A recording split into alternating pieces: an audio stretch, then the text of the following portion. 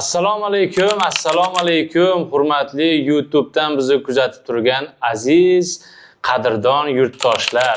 Edim Gold do'konini xaridorlari, doimiy xaridorlari va kelajakda xaridor bo'lmoqchi bo'lgan aziz opa-singillar va aka-ukalar.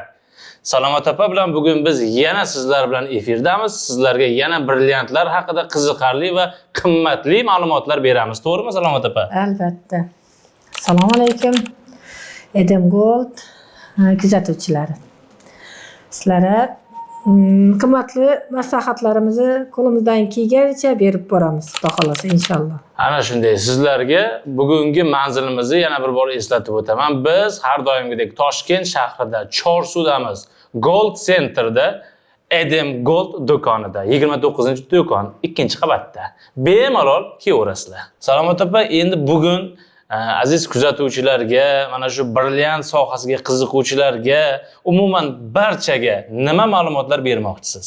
Endi brilliant to'g'risida ma'lumotlar ko'p, lekin hozir beradigan maslahatim endi oddiygina xaridorlar va sotuvchilar o'rtasida o'tkaziladigan o'sha muhim bir tushunmovchiliklar ozgina bo'lsa, o'shalarga aniqlik kiritib ketmoqchisiz. Ozgina qo'limdan kelgancha. Albatta, siz demak xaridorlarga ham, o'sha sotuvchilarga ham hammaga kerak bo'ladigan o'zingizni ko'p yillik tajribangizdan kelib chiqib maslahatlar berasiz. Inshaalloh. Xaridorlar keladi. Bu yoqda deydi, siz masalan men buni, masalan shu narsani men 35 million so'm desam, boshqa magazinda 25 million bo'lishi mumkin, yo 30 million bo'lishi mumkin. Narxida farq bo'lishi mumkin. Narxida farq bo'lishi mumkin. Keyin ba'zi bir xaridorlar nimaga unaqa deb o'ylanishib qoladilar. O'zlari shubha gumonga borishadilar. Bizlar endi ko'pincha sotuvchilar tushuntiradi, bu toshiga qarab yoki toshning sifatiga qarab deganini foydasi yo'q. Shu bir xil model, lekin ikki xil narx. Endi nimaga shunday? Nimaga shunday? Farqi toshiga qarab bo'ladi, sifatiga qarab bo'ladi. Masalan, shu narsani ikkalasini ikki magazindagini olib kelib, shunaqa qilib bir joyga olib kelib qo'ysang bilasan farqini. Lekin u yoqdan qarasangiz, bu yoqdan shu narsa, bu yoqdan shu narsa. Shu gramiga qaraydi, tillasini og'ir, yengiliga qaraydi. Ham modelini, masalan, tikuvchi ham ko'ylakni bir xil fasonda tikkani bilan uni chokiga qaraladi, materialiga qaraladi, bir xil fason bo'lgan. Bu ham shunaqa narsa. Endi aytmoqchisizki, agar oddiy tilda tushuntiradigan bo'lsak, bir qarashda bir xil narsa. Lekin aslida uni yaxshilab tekshirib, o'rganib chiqsa, uni farqlari bilinadi. Bilinadi. Shuning uchun nima? O'zi misol uchun qarang, keldi bir inson, qo'lida bir katta pul bor, bir yaqiniga sovg'a qilmoqchi, brilliant. Xuddi siz aytgandek, bu do'konda bunaqa narx, u do'konda bunaqa narx. Xo'sh, u nima qilish kerak? Misol uchun menga o'xshagan odam brilliantni tushunmaydi. Qarayapman, ikkalasi bir xil narsa, lekin orasida farq bor pulida. Qimmatini olib ketaverishim kerakmi yoki qanaqa? Endi ba'zilar shunaqa, hozir siz savolingizga javob. Ba'zilar qimmat aytilsa, brilliantni yo tillarni qimmat aytilsa, narxlansa, u shunaqa sifatli bo'lgani uchun qimmat deb o'ylaydilar. Aslida ular. Lekin bu bir xil bo'lishi mumkin.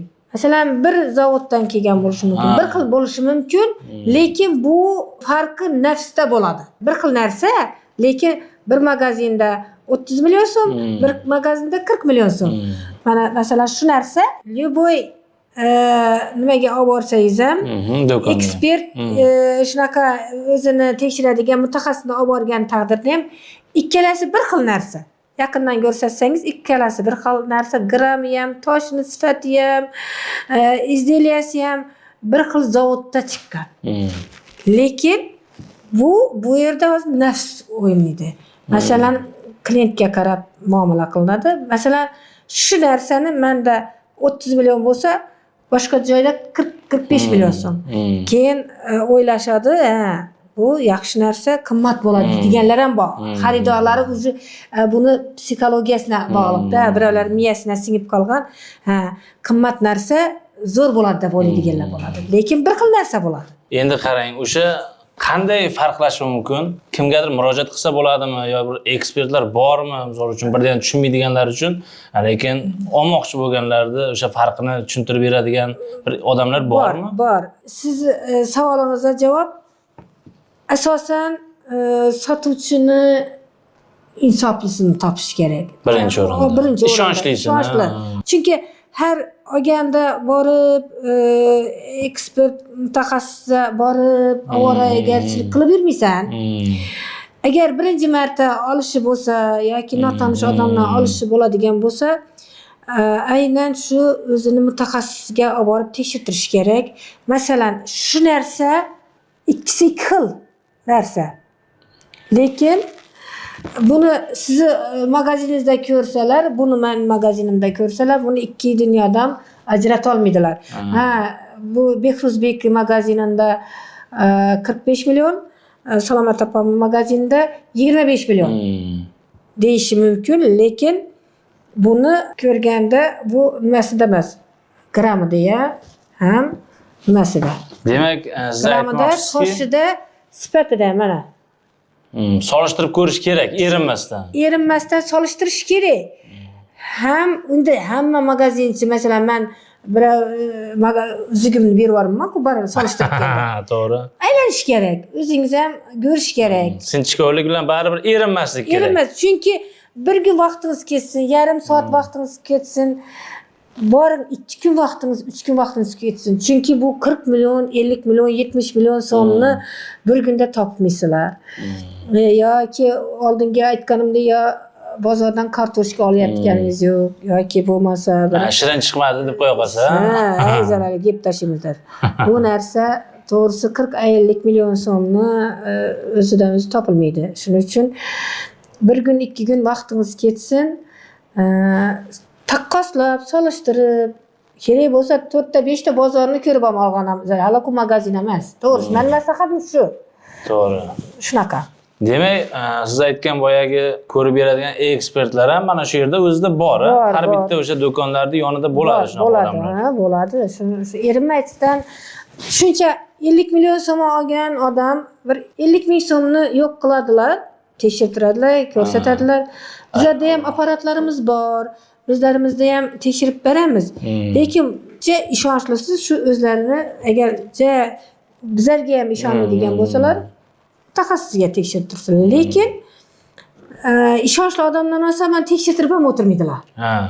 Chunki meni o'zim ham shunaqa, farzandlarim ham aytaman, o'zim ham eng shiorim nomini yo'qotma deb.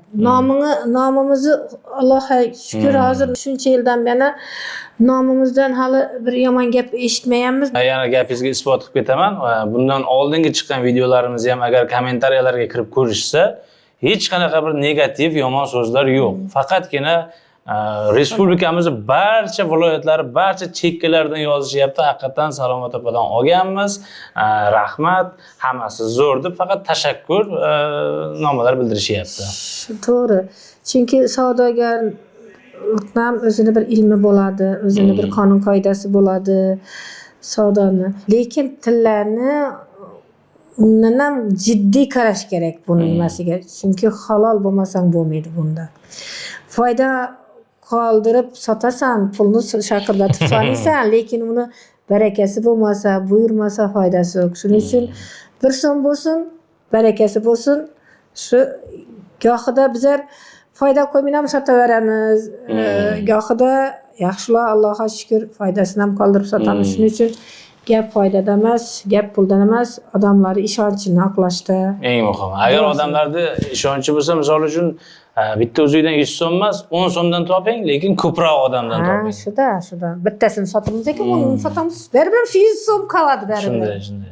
Demak, shu brilliantlar olishda ehtiyotkorlik bilan, shoshilmasdan, yaxshilab, obdon o'rganib, tekshirib, aylanib, ishonch hosil qilib keyin olish kerak. Agar birinchi marta olayotgan bo'lsanglar, agar ikkinchi marta, uchinchi marta olayotgan bo'lsanglar, pishib ketgan bo'ladi, to'g'rimi? Pishib ketgan bo'ladi.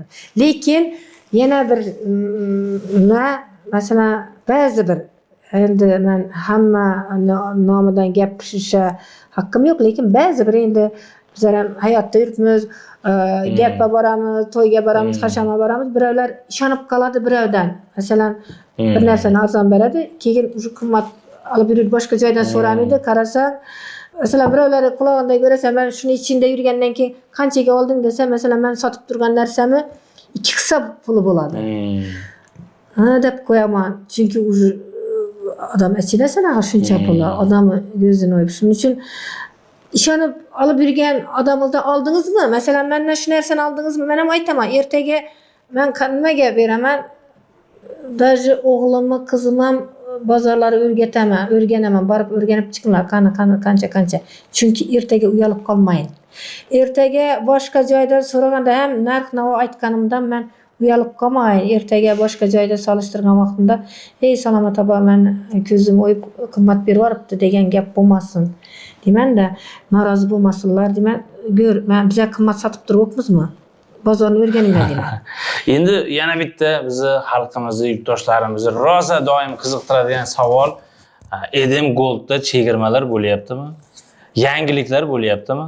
Xudo xolasa inshaalloh xaridorlarimizga, kuzatuvchilarimizga, muxlislarimizga bir sovg'alar, yangi yil nimalari bo'ladi. Xudo xolasa inshaalloh. Demak, yangi yil surprizlari, sovg'alari, imtiyozlari, aksiyalaridan doim xabardor bo'lib turish uchun Edim Goldni YouTube'dagi Edim Gold hamda Instagram'dagi Edim Gold sahifalariga albatta obuna bo'lib qo'yib, kuzatinglar. Sizlardan hech narsa ketmaydi. Yutsanglar yutasizlar, yutqazmaysizlar. Bir marta podpisatsiya tugmasini bosib qo'yasizlar hamda like tugmasini bosib qo'yasizlar. Men yana qo'shimcha qilaman.